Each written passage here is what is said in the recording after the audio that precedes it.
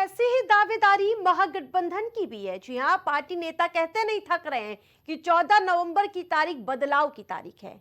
लगे हाथ तेजस्वी ने एनडीए पर जमकर निशाना भी साध दिया। अब तेजस्वी यादव का बयान सुनिए।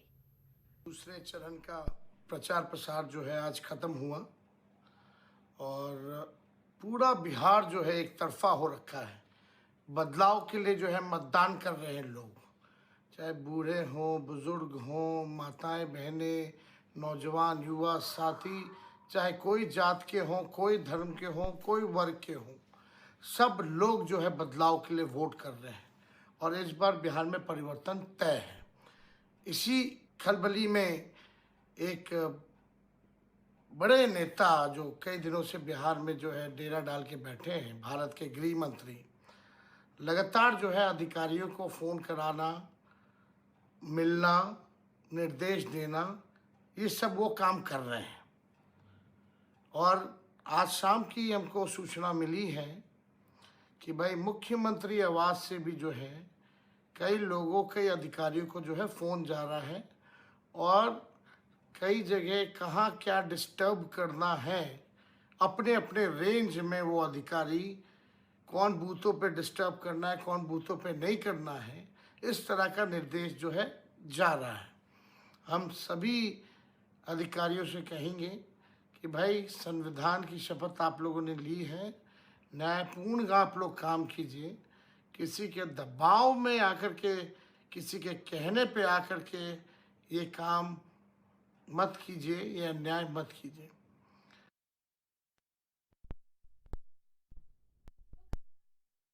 चुनाव प्रचार में नजर आने वाले डिप्टी सीएम के चेहरे पर मुकेश सहनी ने भी ताल ठोकते हुए कहा और ट्वीट किया। मुकेश सहनी वचन का पक्का है, जब तक तेजस्वी यादव को सीएम नहीं बना देगा और बीजेपी को पटकनी नहीं देगा तब तक चैन से बैठने वाला नहीं है। 14 तारीख के बाद जीत सुनिश्चित है। जश्न में मार्क्स भात के भोज में जरूर आना, यानी कि मार्च और भात का न्योता तक दे चुके हैं। इस बार प्लेट भी वीआईपी होगा।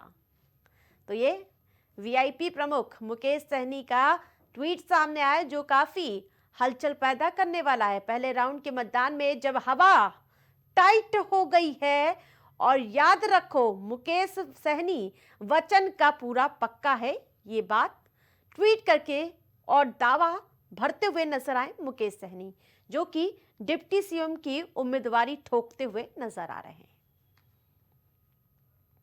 तो इस बार जहां आपको बताते चले माहौल टाइट है। कल का दिन सिर्फ मतदान का नहीं बल्कि बिहार के भविष्य का फैसला तय करने वाला है। अब मैदान जनता के हाथ में है और 14 नवंबर को यह तय होगा कि बिहार में अब की बार किसकी सरकार।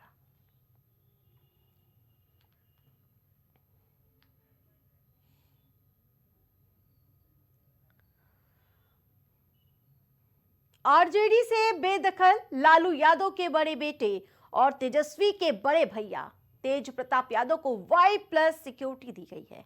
तेज प्रताप ने अपने सुरक्षा व्यवस्था को लेकर सवाल उठाए थे, तो तेज प्रताप की मांग पर इतनी जल्दी सुनवाई ने सियासी गलियारों में बहस छेड़ दी है। जंगल राज पर लालू पर आक्रामक बीजेपी तेज प्रताप पर ढीले रवैया क्यों अपना रही है? तेज प्रताप यादव के लिए बिहार चुनाव उस अग्नि परीक्षा की तरह है जिसे पार करने के बाद वे बिहार की चमकता सितारा बन सकते हैं, और अगर नाकामी हाथ लगी तो बिहार की राजनीति में वो कहीं लुप्त ना हो जाए। लिहाजा तेज प्रताप यादव माता पिता और दादी का अप्रत्यक्ष आशीर्वाद लेकर मैदान में तो कूद पड़े हैं। आरजेडी के जयचंदो को बेनकाब करने के बाद ब्लैक बोर्ड की राजनीति में अपना छाप मजबूत करने में वो लगातार जुटे हुए हैं। तो दूसरे चरण के मतदान से पहले और लालू के बड़े बेटे ने ऐसा बयान दे दिया जिसने बिहार की राजनीति में मानो भूचाल सा आ गया हो।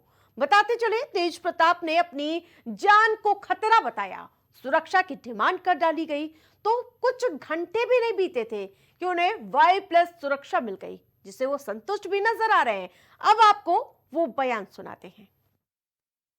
प्रताप जी, आपको सुरक्षा जो बढ़ाई गई है, प्रताप जी आपकी सुरक्षा जो बढ़ाई गई है, सर तो हमारे ऊपर खतरा है ना, हमारे ऊपर खतरा है इसलिए बढ़ाई गई। तेज प्रताप जी आपको सुरक्षा जो बढ़ाई गई है, तेज प्रताप जी आपकी सुरक्षा जो बढ़ाई गई है सर, तो हमारे ऊपर खतरा है ना, हमारे ऊपर खतरा है इसलिए बढ़ाई गई। तो अब तेज प्रताप यादव एक बार फिर से सुर्खियों में है, कभी अपनी अलग पहचान बनाने के लिए तो कभी अपने बयानों और तेवरों के लिए। Y+ सिक्योरिटी मिलना उनकी जीत है या सियासी दबदबे का संकेत, इस पर देखना वाली बात यह होगी कि 14 तारीख को जब परिणाम आएंगे, तेज प्रताप की पार्टी क्या कुछ जादुई आंकड़े ला पाती है या फिर नहीं। अब बात करेंगे मौसम की। देश में अब